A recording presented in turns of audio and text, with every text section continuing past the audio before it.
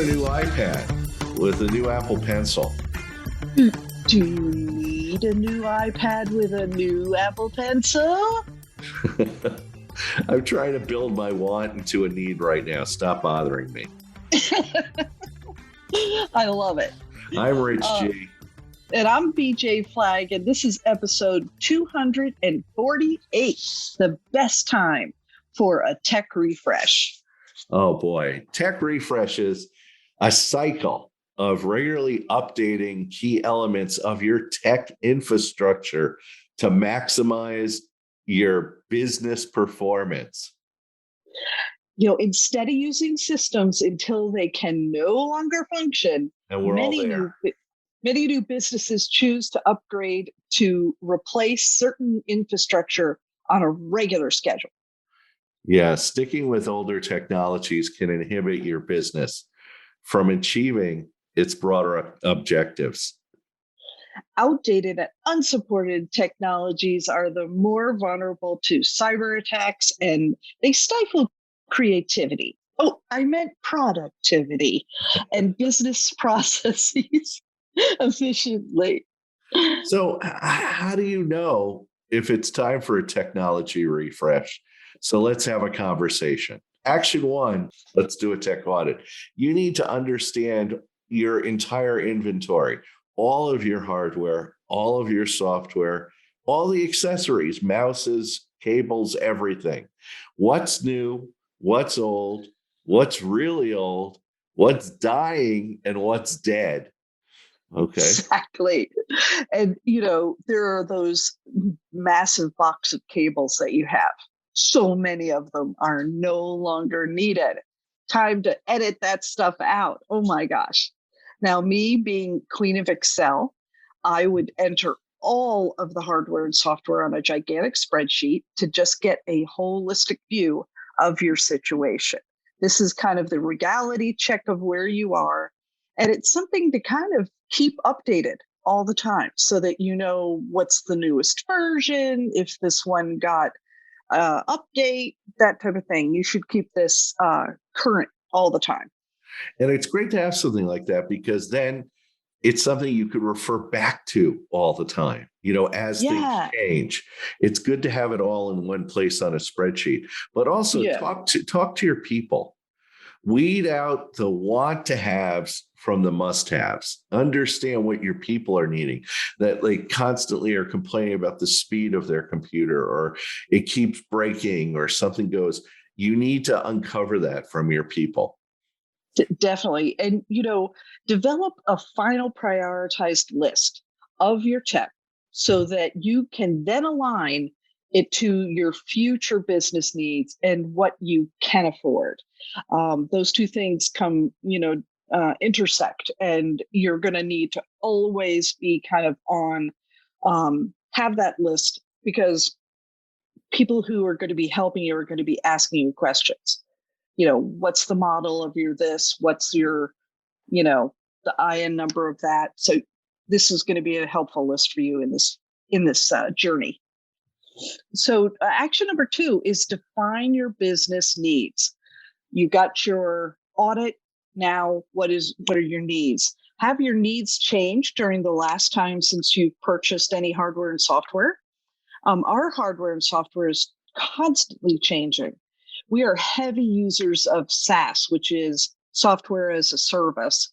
So hardware needs need to keep up with our amazing opportunities in our computer programs. So we may be a different type of company than yours. You may be leaning the other way with different programs. We lean toward our hardware.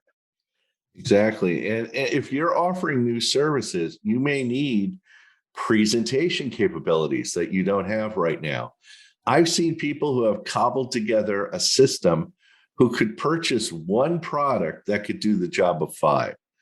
Look at the difference of 10 years in our smartphones.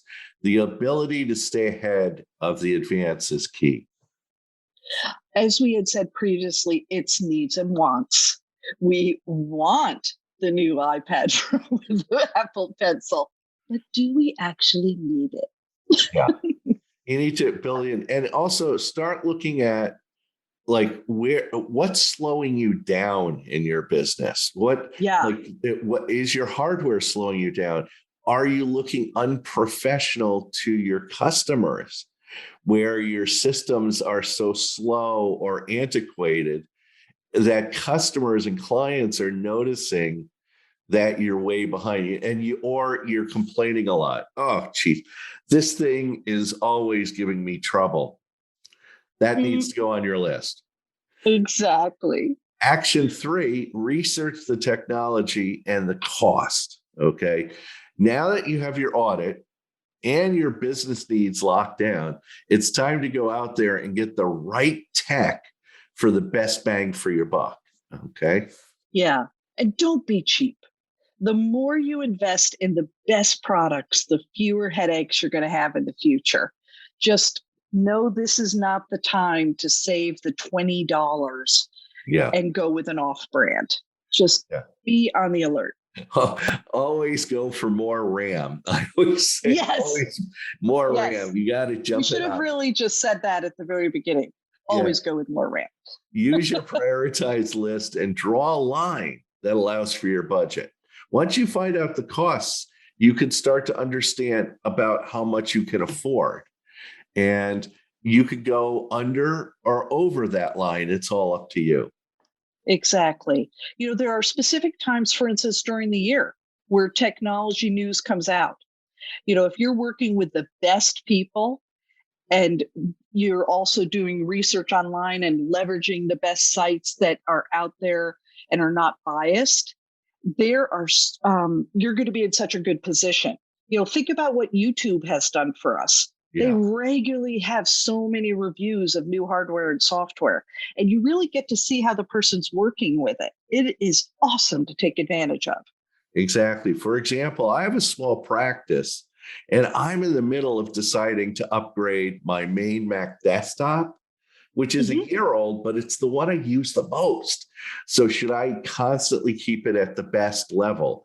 Should I replace my 2014 MacBook Pro, which I do use once in a while, but not a lot, but it's going on 8 years old? And or should I add a new iPad Pro to my hardware? Should I do all three? Should I do just one? So doing these steps allow me to make an informed and logical choice and move from want to have to need to have.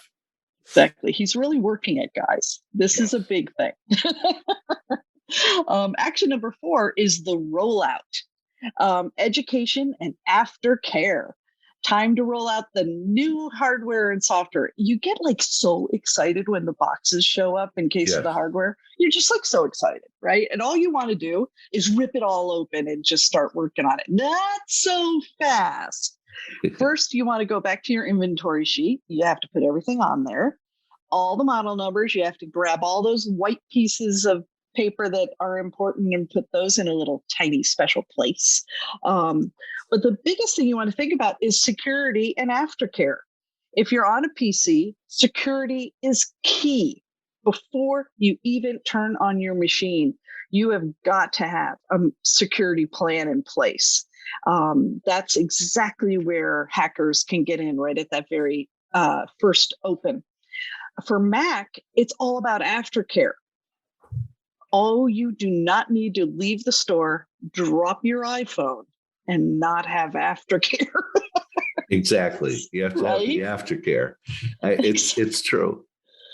Oh my gosh. Then second, you need a training program to ensure your newly purchased equipment and software are being used to their full potential. Remember, you probably have people who learn in different ways, visually and through reading. Prepare a way for both to get the most out of the training. Some will be great with webinars. Some need to be walked through the program. Be ready for that. It's frustrating when you spend thousands of dollars on your people and they're using a fraction of your hardware and software because they don't know how to use it. Right. That's just crazy talk. Yeah. One of the most important things to do when you're first starting out is creating a care schedule for updates and check-ins. I learned this from my brother's time working for one of the large accounting firms. He ran the tech department, and they had a check-in schedule for all the equipment and software. He used it at his time to survey teams and see how everybody was working and make sure to listen to concerns and ideas for his next rollout. He always learned so much from the users and was able to kind of prepare ahead for what might need to be taken care of. So help desks are huge because they hear the problems.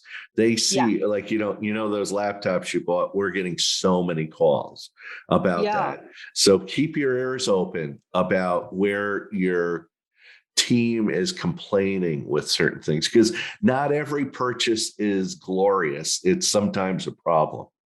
And we, Rich and I were talking about the fact that, one of the things he did in corporate was he would see a product and the people would say, nope, we're not buying it for you. And he would go, okay, great, I'm going to go buy it. And he would go buy it and be that much more efficient. And they would finally begrudgingly give in and expense it. Yeah. One of the things you can bump into, though, is if people go rogue and start using, say, a different software program. All of a sudden, your intellectual property and your, confidential information is on a rogue program. That you can't have. So, but learn from them. Why did they go on to the other program? What was that software need they just were not getting answered? So listening to your employees, as we said before, priceless. Got to do it. Yeah, a big thing that I ran into a lot, I found, were people that traveled a lot, had their corporate laptop, but they didn't want the company spying in on everything that they're doing, because they can't. They can track everything you're doing on your laptop. And so they went out and bought iPads because they wanted to have their home email and FaceTime with their wife and spouse and kids and all of these other things. And they didn't want to do it. So there are reasons to do it sometimes, because again, and I say this to every one of my clients, they're watching everything on your computer because it's their property. The software and hardware is their property. There is no privacy. Our resources today are really get into the tech blogs and the YouTube videos. I'm telling you, there is so much out there for you to be able to glean. But these are a couple of our favorite. Yeah, and there are lots of Mac Rumors is, if you're into Mac and Apple, Mac Rumors is the best because they not only do lots of reviews, they have a buying guide, which actually tells you don't buy it now. It's going to be replaced fairly soon, because they usually track when Apple is going to release things. So I use that religiously when I want to buy a new laptop. It'll say, this is the best time to buy right now, or this is the worst time to buy. So it's great. Of all things, Consumer Reports. I am telling you, I have gone deep dive into Consumer Reports on certain things. They are the best. They just go every way on, one specific type of accessory or, something like that. Phenomenal. Great read. And the three YouTubers that I track a lot are Marquez Brownlee. He does incredible YouTube reviews of technology. There's Linus Tech Tips, which adds a little humor, but they branch not only Mac, but also PC, lots of different things. And then there's the Tech Chap that does virtually all PC. Yeah. And I have to say, because I'm such a nerd, Wired magazine, oh my gosh, they will just go into the philosophical reason and, that type of thing. And I love it. Absolutely love it. Well, that's a wrap. You know where to find us. BJ is at dorenew.com and Rich is at richg.com. Absolutely. Yeah, that's a wrap. We've had a lot of fun talking about tech, our favorite thing to talk about. Thanks to our producer, Richard Scalzo, for always delivering the best small business podcast every Tuesday. Have an unbelievable week and catch you later.